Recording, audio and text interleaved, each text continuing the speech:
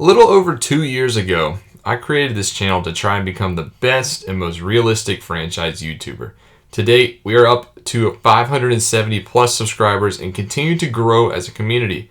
There have also been 5 series to appear on the channel, and we have seen pathways and legacies form. Today, I want to honor those who have made an impact with their play. I introduce the Mr. Rob Channel Hall of Fame. Now, the Mr. Rob Channel Hall of Fame will be where we can take a look back on who you all, the Franchise Central community, have elected to be honored. Below are the selection process and guidelines on how a player can be honored. For the selection process, after a series has been completed, I, Mr. Rob, will select 3 members from that series who I believe are Hall of Fame worthy. At the end of the calendar year, except for this year, I will pool those players together and create a poll in the community tab with their names on it. Players may stay on the ballot for multiple years as long as they receive the appropriate percentage, and they can stay up on the ballot for a total of 3 years before they are removed. Once a poll is created, you will vote for who you think should enter the Mr. Rob Channel Hall of Fame. Below are the rules for voting. You may vote for a maximum of 3 players. However, you don't have to vote for 3 players. There is no limit on how many players you can vote for from a certain series, as well as multiple series will be on the ballot at the same time. Requirements to be elected. A player must receive 75% of votes in order to be elected. A player must receive 10% of votes in order to stay on the ballot for the following year. And if nobody reaches 75%, then the top player will be inducted to ensure that at least one player is elected to the Mr. Rob Channel Hall of Fame every year.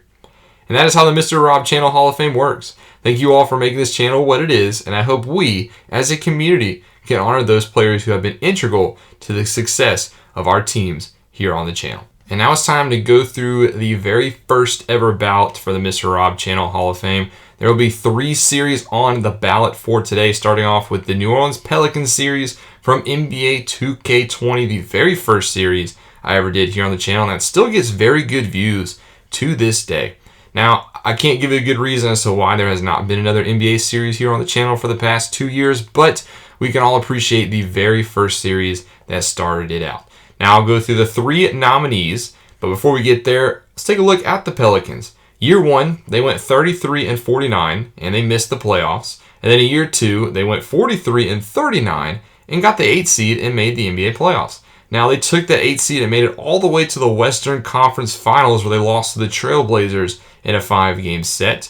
And this series only went 2 years, but there are 3 players that made an impact. I'll go by alphabetical order just to avoid any preference and bias that I may have. And the first player that goes on the ballot is Cole Anthony, a point guard from the series.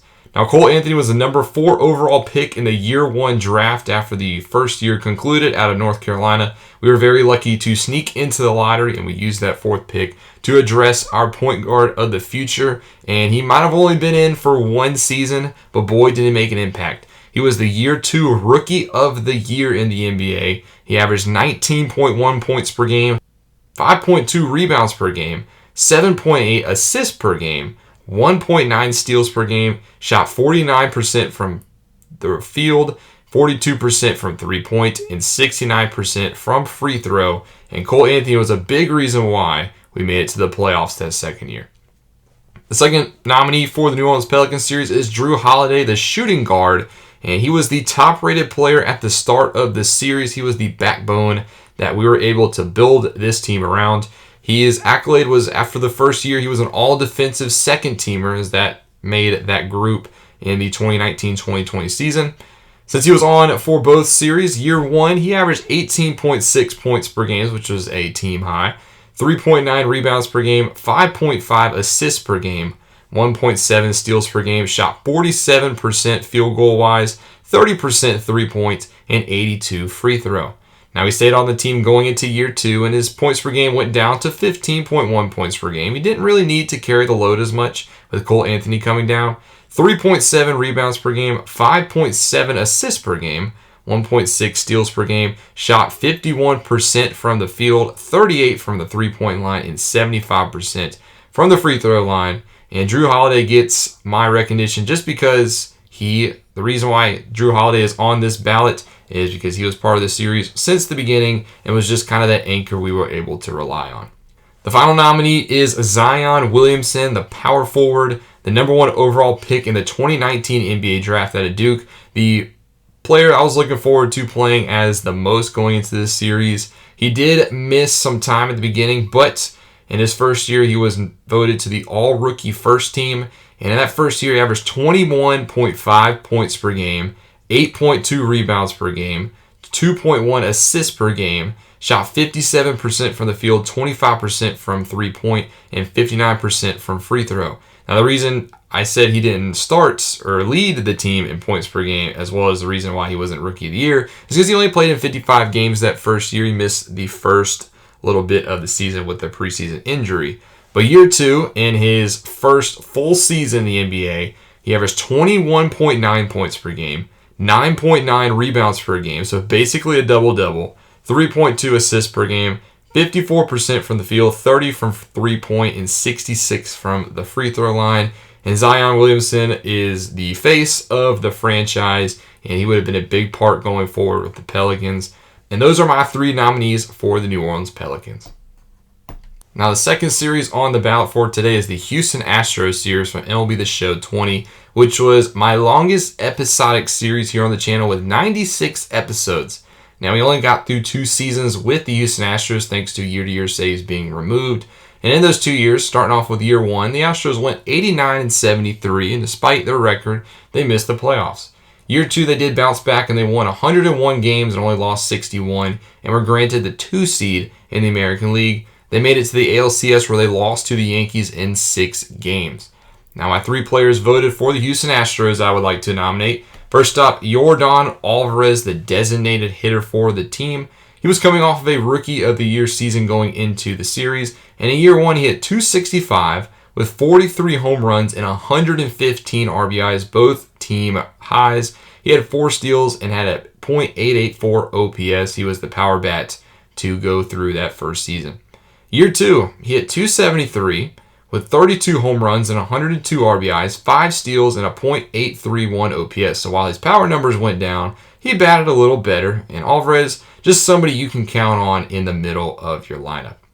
The second nominee for the Houston Astros is Alex Bregman, the third baseman, and he racked up some accolades in his 2 years. He was the AL MVP for year 2. He won the batting title, the Silver Slugger, and he was also a Silver Slugger back in year 1, so a 2-time Silver Slugger. In that year 1 season, he batted .276 with 41 home runs and 93 RBIs, where he gained the name Alex Solo Shot Bregman, 6 steals, and had a .916 OPS, which was a team high. In year 2, he batted .329 with 49 home runs and 133 RBIs, all team highs, and stole 10 bases and a 1.047 OPS, and what got him that AL MVP honor. A true leader for the organization, the highest overall player, and that's why Alex Bregman makes the list. And finally, we turn to the other side of the field where Justin Verlander is the final nominee, a starting pitcher. He was the anchor of a rotation in both seasons. Year 1, he went 15-7 with a 2.84 ERA, 65 walks, 234 strikeouts, and 212 innings pitched with a 1.16 whip. He was coming off of a Cy Young season going into this series and continued to be the ace of our rotation. Now, going into year 2, I had some doubts that he might retire, but he ended up coming back, and we traded Zach Greinke, so Verlander was the true ace, and he went 15-7 again. Had a 3.36 ERA, 72 walks, and 181 strikeouts, and 190 and a third innings pitched, and his whip was a 1.19. So not as good of a second season, but Verlander was still the anchor of the rotation, and that is why he makes the list. And those are your 3 nominees for the Houston Astros series. The last series on the ballot for today is the Detroit Lions series from Madden NFL 21, which has so far been my longest seasonal series on the channel, as it went 3 seasons. In year 1, the Detroit Lions, they went 7-9, and they missed the playoffs. Then in year 2, they went 6-10 and missed the playoffs, before finally in year 3 going 11-5, making the playoffs as the 2 seed. However, they were upset in the wild card round by the Los Angeles Rams 21-16. So unfortunately, we did not win a playoff game in this series. Now, there were 3 players who stood out in my opinion, starting off with Jamie Collins, left outside linebacker. Now, Jamie Collins had a pretty decent first year, But all of his accolades came in year 2, where he won NFL Defensive Player of the Year and was voted to the Pro Bowl.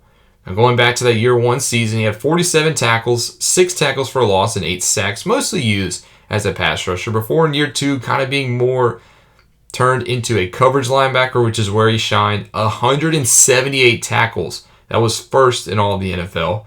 14 tackles for loss, 6 sacks, and 4 interceptions, flying around the field and being the true leader of the defense.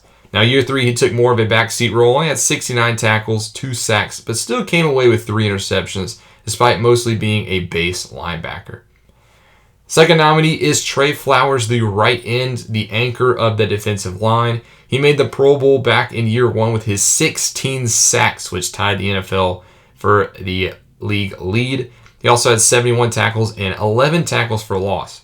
Year 2, his sacks numbers went down, but he still got 12.5 sacks with 51 tackles and 2 tackles for a loss. But in year 3, it went down even more, 11 sacks, 51 tackles, but he went back up to 6 tackles for loss. So despite his sack numbers going down in all 3 years, he was still able to post double-digit sacks for each year of the franchise. And finally, the final nominee you'll see today is on the offensive side of the football. It's wide receiver Kenny Golladay. He was who the offense went through. A 2-time Pro Bowler, made it in year 1 and year 3. The only reason why he didn't make it in year 2 is because he suffered an injury. In his year 1 season, he had 91 receptions for 1,260 yards, which was 5th in the NFL. That's an average of 13.8 per catch. And he had 11 touchdowns, which was tied for 6th in the NFL. In his year 2 season, only had 59 receptions, 988 yards. That's 16.7 average and 8 touchdowns. Now, what makes that season impressive is that he only played in 12 games. If he would have played the full 16, he would have averaged more than 1,300 yards. Finally, year 3, he went back to full health, played all 16 games, and had arguably his best season yet. 78 catches, 1,272 yards, which led the NFL. That's an average of 16.3 per catch, and he had 15 touchdowns. That was also 2nd in the NFL. Kenny Golladay, the true leader of the offense. If we didn't have Golladay, I'm not sure how far offense would have taken us. Now that does it for the Mr. Rob Channel Hall of Fame. Hope you guys got to look at some of the players that are nominated for this year. Now, poll will open up shortly. I'll have a poll going up on my community tab starting at 5 p.m. Eastern Standard Time today, and voting will go up until Thursday at 2:30 when the video for that day goes out. That way I have some time to count the votes and then get the results for Friday. So you'll see the very first inductions of the series coming this Friday. But I hope you guys enjoyed. I want you guys to be able to voice your opinion, and I want to shine some light on some of the players that have made an impact for this series. But I hope you guys enjoyed. If you did, make sure you leave a like and subscribe down below. And don't forget to vote, especially if you want more franchise content. This is Mr. Rob, and I'll see you in the next one.